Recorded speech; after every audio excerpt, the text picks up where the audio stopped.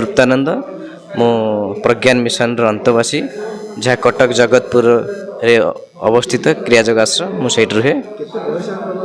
बयस 33 वर्ष मुझे 2008 मसीह मैट्रिक पास आउट हेली 2009 मसीह भुवनेश्वर रेलवे स्टेशन रू गोटे बहीटे पाई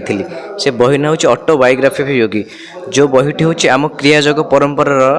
आमर पूज्य गुरुदेव परमहंस योगानंदकर हूँ आत्मजीवनी से बहीटी मुझे 2009 मसीह पढ़ी से बही पढ़ी मुझे क्रियाजोग परंपरा दीक्षित होइकी मो पाठ पढ़ा सरिया पर मुझे आश्रम सहित जड़ित आश्रम रोचे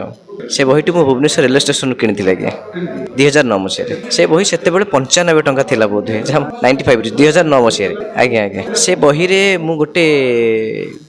मुख्य खबर पाइली मु पिला बेलू स्वामी विवेकानंद विषय पढ़ी जानी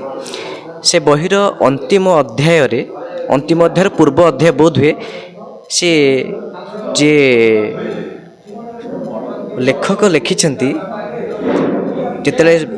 परमहंस योगानंद जी विदेश जाइछंती तांकर गोटे शिष्य भक्त पाखे आसिक थिले सी छोट शिशु बयस से पानी रे बुड़ी जाउथिले समय पानी स्वामी विवेकानंद बचाई तो स्वामी विवेकानंद से पचार मु आपण मो गुरु के नाई बापा मु तो गुरु नुह तो गुरु 40 वर्ष पर आसबे आ तोते गोटे रूपार कप देबे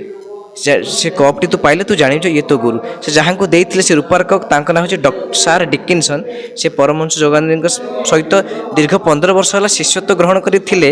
आमेरिका आश्रम किंतु से जापर नथिले जो परमहंस योगानंद जी भारत आसी 1935 मसीह भारत आमेरिका पुणी प्रत्यावर्तन कले शिष्य मान से किसी उपहार नहीं से उपहारटी ये देले से कहते गुरुदेव मत स्वामी विवेकानंद मोर भविष्यवाणी करके जाइए जे आपण होछन मोर गुरु तो यही से ग्रंथर यही टपिकटी मो मन को छुईगला आ यही कथा पढ़ी पाई से ग्रंथ पढ़ी मुझे क्रियाजोग मार्ग आसिक दीक्षा नहीं मो जीवन को आश्रम सहित जड़ित कर आमर हूँ आम मैंने हूँ आर्य आम मैंने हूँ वैदिक सनातन धर्मर लोक आमर सनातन ऋषि परंपरा आमर ऋषि माने 4 आश्रम कथा व्यवस्था करिसेंती ब्रह्मचर्य आश्रम गृहस्थ आश्रम वानप्रस्थ आश्रम सन्यास आश्रम तो ये 4 आश्रम वानप्रस्थ आश्रम ब्रह्मचर्य आश्रम सन्यास आश्रम आमे माने रहूछु गृहस्थ आश्रम रू ही साधु सन्त माने तैयारी होंदी किंतु दुखर विषय आजिकल सद्गृहस्थ मानकर अभाव उत्तम महापुरुष मैंने जन्म नहीं पारना जमी स्वामी विवेकानंद कहतु परमहंस योगानंद जी कहतु परमहंस हरिहरानंद जी महाराज कहतु एभलिया महापुरुष मैंने से समय सेमती सद्गृहस्थ लोक थिले बेली एते बड़ बड़ महापुरुष ए भारत पृष्ठ जन्म ग्रहण करिकी ए देशर कीर्ति को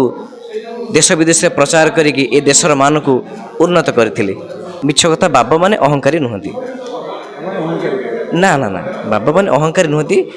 साधुंक सामान्य टिके अहंकार रहे एते भी अहंकार नुहे ज्ञानर से माने तांका पाखरे ज्ञान थाए शास्त्र ज्ञान थाए आ जहाँ शास्त्र तो कही साधु माने विनयी अहंकारी नुहंती साधु माने विनयी जुगोपयोगी धर्म देखंतु आपण जदि